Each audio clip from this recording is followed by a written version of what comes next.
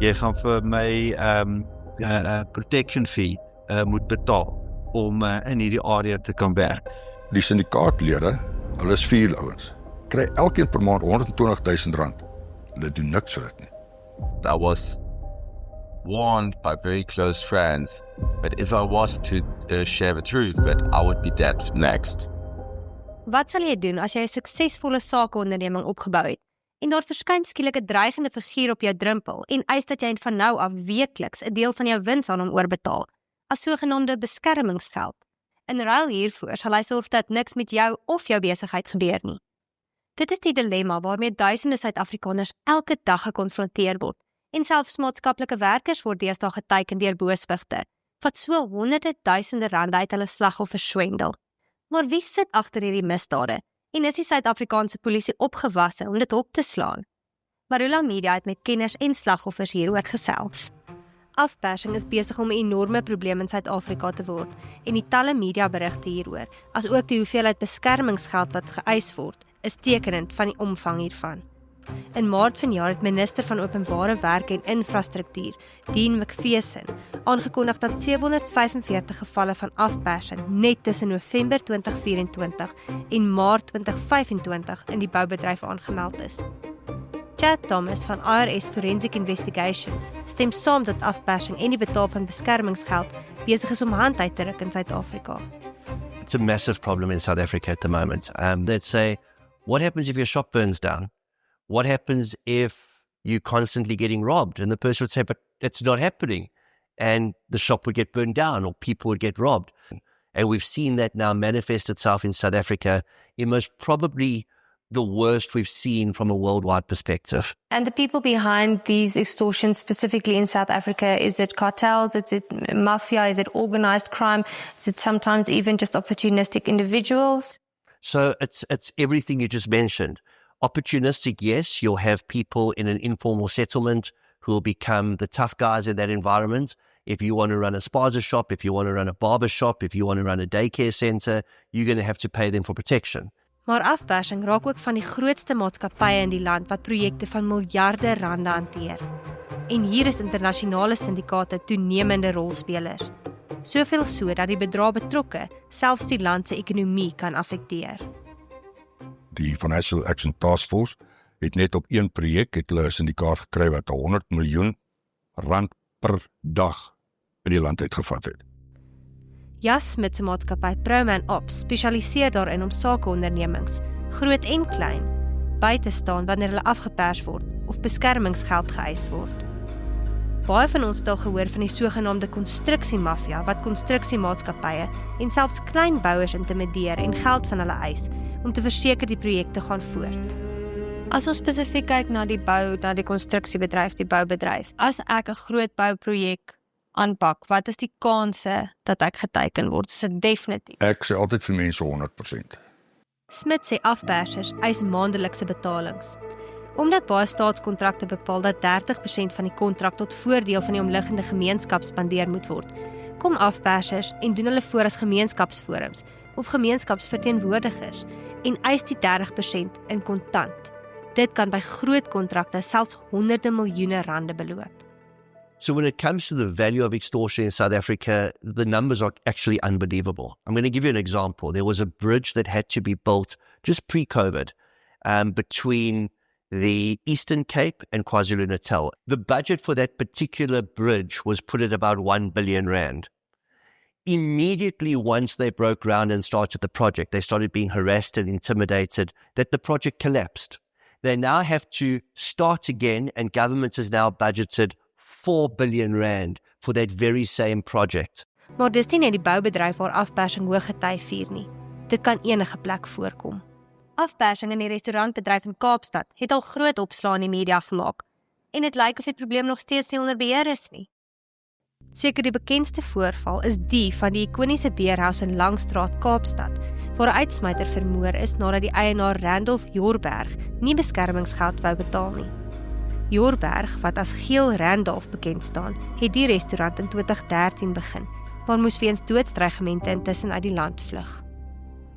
Ons het vir Randolph in Vietnam opgespoor en hy het ingestem met ons te gesels. Hy sê net 2 dae na die opening van die restaurant het 'n hele reeks syndikaatlede begin om gereeld beskermingsgeld van hom te eis. Joerberg het volstrek geweier om enigiets te betaal en die afpersers het uiteindelik geduld verloor. In 2015 het Joerberg 'n ontstellende oproep gekry.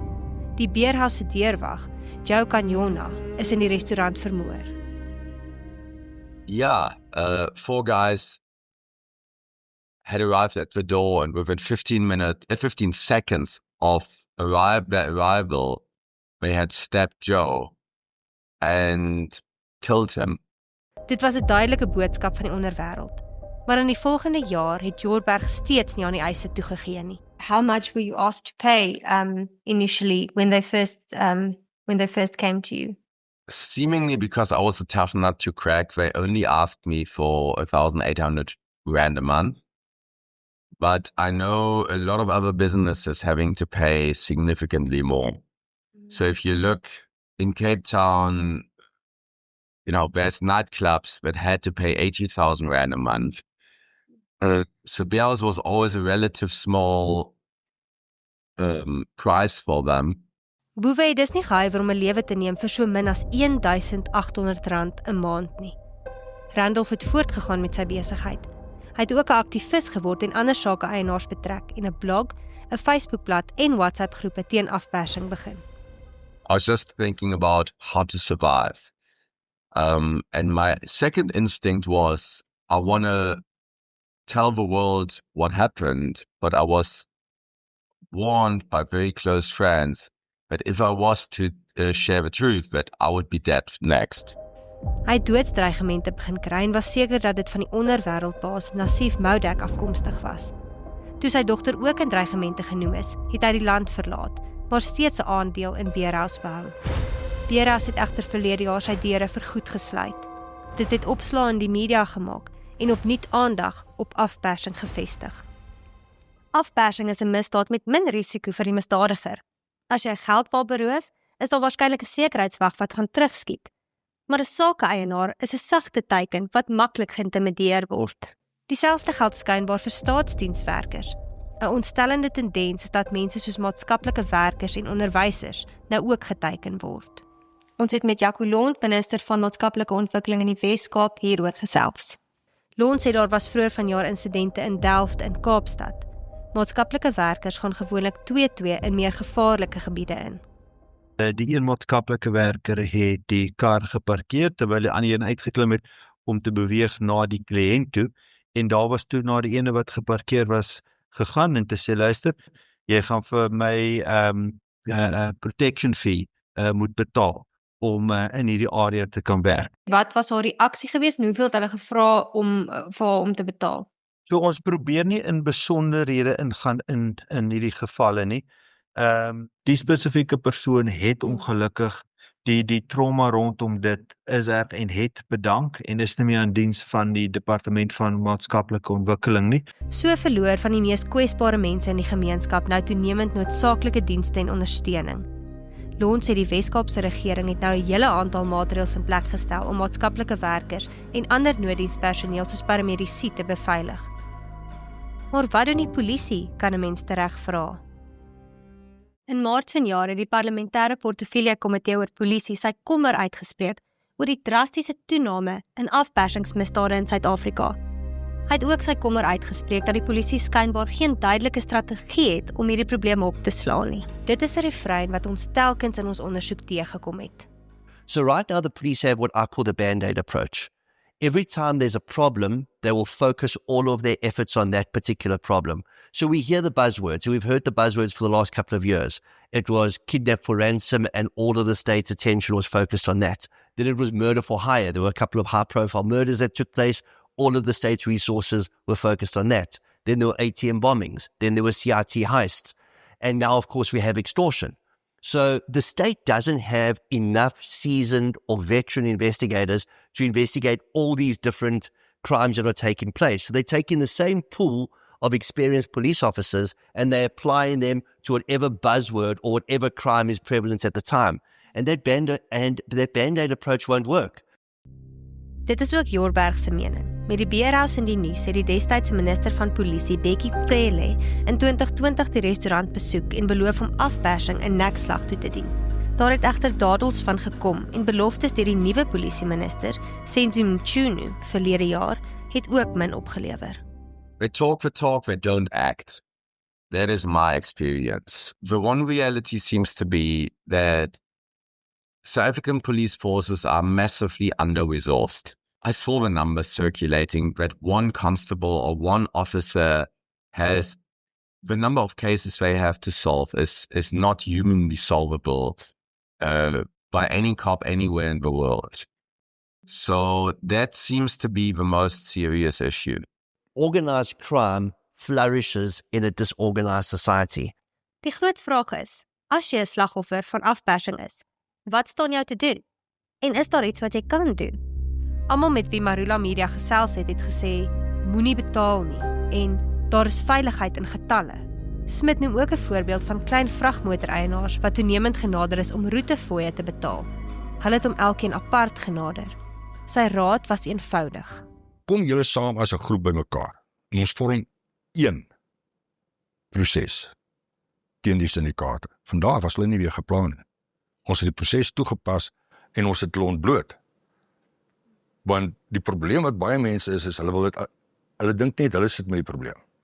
En niemand wil hulle help nie. Maar dit is tyd dat die besighede wat so klein is, saam staan en sê, luister hierso, ons het ook 'n reg. Soos enige groot besigheid het ons 'n reg. Kom ons klim saam in die proses.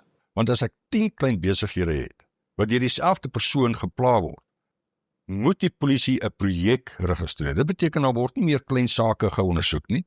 Hy moet kom op 'n nasionale erkenningsvlak en op nasionale vlak moet hy gerapporteer word en ondersoek word. The next step is always that abductions become abundant. So if businesses don't, and politics and law enforcement doesn't stop extortion, I will not advise any businessman to ever create business in South Africa again. Use Cape Town for the beautiful holiday destination it is, but I will not start another business in this economy.